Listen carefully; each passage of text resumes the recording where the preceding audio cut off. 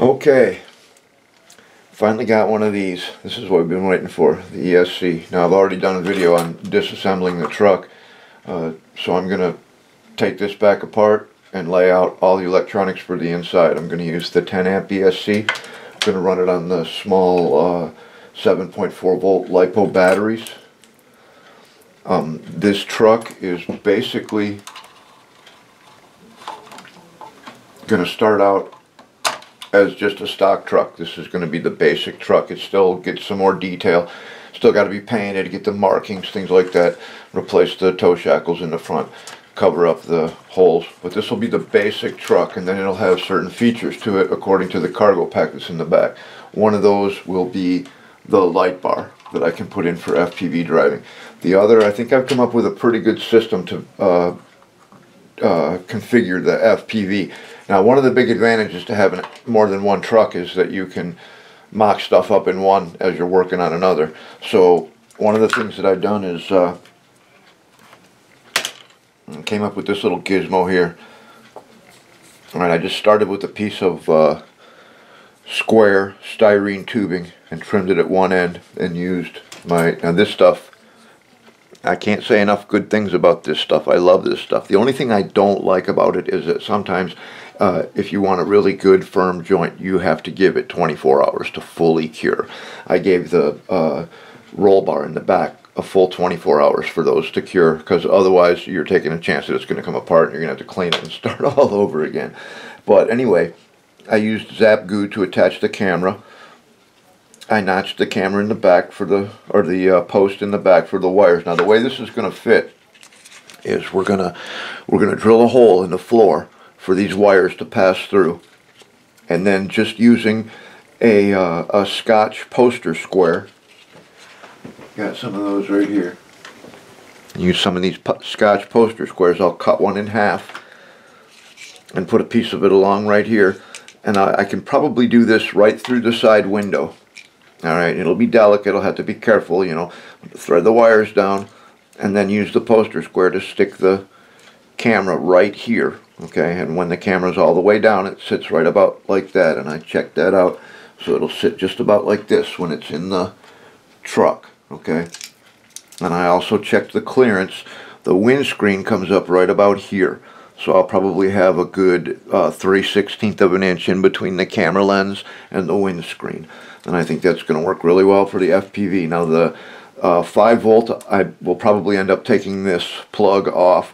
For this, I'm just going to tie into the receiver. And this is 5 volts for the camera power, and that'll operate the camera just off the 5 volt receiver power. And this will be the only wire that you'll ever see when you're running FPV. This wire will come up from the back of the cab, and it'll mate up to this wire, which will be the only wire you'll see from the cargo pack. The rest will be hidden either by a crate or a tarp. This wire will come down to meet this one, and that'll hook up your FPV camera, and you'll be able to drive the truck through the goggles. Everything else will be hidden in the rear. This is all the bigger that the transmitter is. I could actually permanently mount this underneath the frame somewhere, or under, you know, it's not that big. The antenna that goes on the end of it is about yay long. That's a scientific measurement there, in case you were wondering about yay long. See, you're learning English in other countries. So that's what we're doing today. I'm going to get this apart, get the ESC in, get everything laid out. I'm going to use the DOS micro. Okay, so first I want to get my receiver mounted in place. So right here in between the frame rails, I've just mounted a little piece of sheet styrene. I just used super glue to tack it down at both ends. It's got plenty of clearance for the drive shaft underneath. You can check that at any time just by checking your suspension. I'm using the 3M servo tape. I'll stick the servo down right there, right this minute. Or the servo, hello, the receiver. Stick the receiver down on my little shelf right there. I've notched the plastic cross member here and here for the receiver wire. I've then used the same holes that I used for the tail lights, and then at the rear it just tucks in right there, and that'll be how my receiver will sit. Now next I'll figure out the DOS micro. That's going to go right here. I'm going to set it right down in there. all the while that I'm doing this, I'm constantly checking my tray. Now I did notch out the tray right here. Okay, I notched that out so that when I set it down,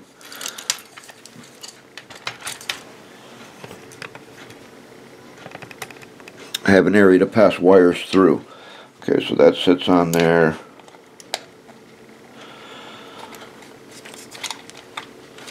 Just like that. So now I've got a notch there for my wires from my servo, and my DOS Micro is going to be under there. Okay, now I'm probably going to shorten this servo cable. I'll just cut it and solder it and use a little piece of shrink tube and then plug it in. I might do the same thing with the ESC cables. We'll just have to see. There's a lot of room up in here, but you know, it's not unlimited, so we got to keep space in mind all the time. Another thing you're going to want to do is on the bottom of here, there was a lot of flash and stuff from the molding. I went ahead and trimmed that all up and smoothed it out, and that gave me a much better fit. Okay, it sits down against the frame rail. Before it was kind of trying to poke up on one side. There was some flash in between there. So now with the receiver in, I can hook up my steering servo. I can get my DOS Micro in place and get that wired in. And then I'm thinking about putting the ESC. Where did you go, little ESC? Here you are. Thinking about putting the ESC and the battery up here in the tray. I'll probably notch the back of this tray as well for wires to come down. I'm not sure yet, I haven't checked it, but let's check it right now.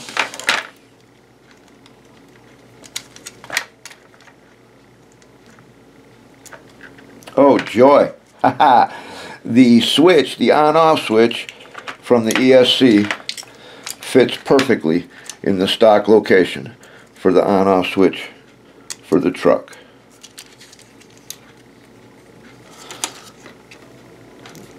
But it's way up in there. That's bad. It fits really good, it just doesn't stick through far enough. Darn. Well, I wonder if we take a stock switch, which I had one around here a few minutes ago. Anyway, I'll get a stock switch and try that and see. I know there's one around here. There's one right here, stock switch. Yeah, you can see the difference here, okay? The switch that's on the ESC is this one. And you can see that the switch that comes stock in the truck has a much longer, I don't know what you'd call that, the square stub portion that you move back and forth, the slide. This is much longer. So, I guess, you know, we'll heat up the soldering iron and we'll swap out this and we'll use the stock on-off switch. That sounds like a plan. So that'll be the next one of the next steps. So that's the receiver. We'll get the steering servo going. We'll get the DOS Micro in. We'll get the ESC in, and then we'll be back. Okay, now I have shortened the servo cable and soldered and shrink tubed so that it's the proper length. And I keep checking. Everything I do, I keep checking the steps before to make sure that everything's still going to fit, and that's going to be just right. So next I'll put in the DOS Micro and attach the cable from the throttle and figure out all that good stuff. Now if you're watching, Richard, this is the solder that I use. In my email I put rosin. It's Ursin, E-R-S-I-N, multi-core, 5-core solder for microelectronics. This stuff flows really good. Look for it on Amazon or eBay. In the search engine, just put Ursin multi-core and you'll see photos. It comes in different type of packaging, but this is the one I usually get. One of these is like 10 or 12 bucks. I usually order them 2 at a time. In fact, it's time for me to reorder now. And the soldering iron that I'm using is just a cheap 60-watt soldering iron that I got. Let me back that out so you can see it. from the local hobby shop. This was about $8. Okay, it's a 60 watt. You can get them in 30 watt too. I like the 60s. You can also get replacement tips for them for $3 or $4 for a set of 3 or 4. So that's where we're at. The servo is now in place onto the DOS Micro. Okay, now the DOS Micro is just going to tuck right down in here in front of the receiver, behind the servo. There's a perfect spot for it right there. When everything's done, I'll put some poster square behind there to tuck it down in there. I still have to hook up the speaker and get that sorted out.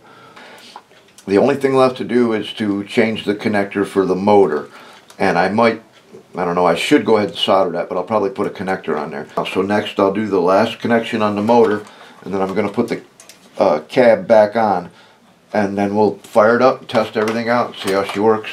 Till then. Okay, now we got everything pretty much wired together. Did have one little problem though. It turns out that the LEDs that come stock, they don't want to handle the 5-volt receiver voltage. I burned up a few of them, so I'll stop at the electronics store tomorrow and get some of the 5-volt with integral resistors. Right, so those are the same as what we have currently in the taillights, and I've simply installed a little switch for on-off of the taillights and headlights. The headlights, what I've done is I put in a tiny little micro plug right here. I don't know how well you'll be able to see it, but you can see there's 2 of those JST plugs there. In my mind, I kind of think of them as JST Mini and JST Micro. That's probably not right, but on the right side there you have the JST Mini, and to the left the Micro. The Mini and the Micro, and the Micro will plug in for the headlights. That wire will come along underneath the tray here and come right to the headlight plug-in, and that way I can unplug the headlights if I need to take the cab off or something. And ooh, cat hair.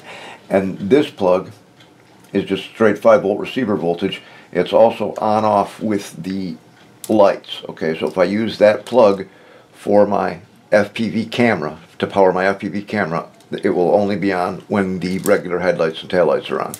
If everything goes according to plan, the light bar will have a switch on the transmitter that will turn that on and off. I'm still not sure about this Spectrum radio, if I'm going to be able to make this thing do what I want it to. What I'd like to do is very simple. I'd like to just have it so that the thumb button here is just on off for the lights. I tested the lights with a FlySky with a 6-channel receiver, and I just set a 2-position switch and it just turns the lights on and off. So that works pretty simply. So anyway, back on point, that's where we're at right now. I can, once I put the other headlights in, I mean, I don't have to necessarily wait, I can put the cab back on. I've got everything set so that it fits in there pretty good. I'm toying with the idea of removing these tabs, just because, I mean, they're okay, they lock everything in place, but they're kind of a pain in the butt when if you got to take it on and off a lot of times. You have to get in there every time and adjust them. But, I don't know, we'll see what happens. So that's where we're at. See you next time.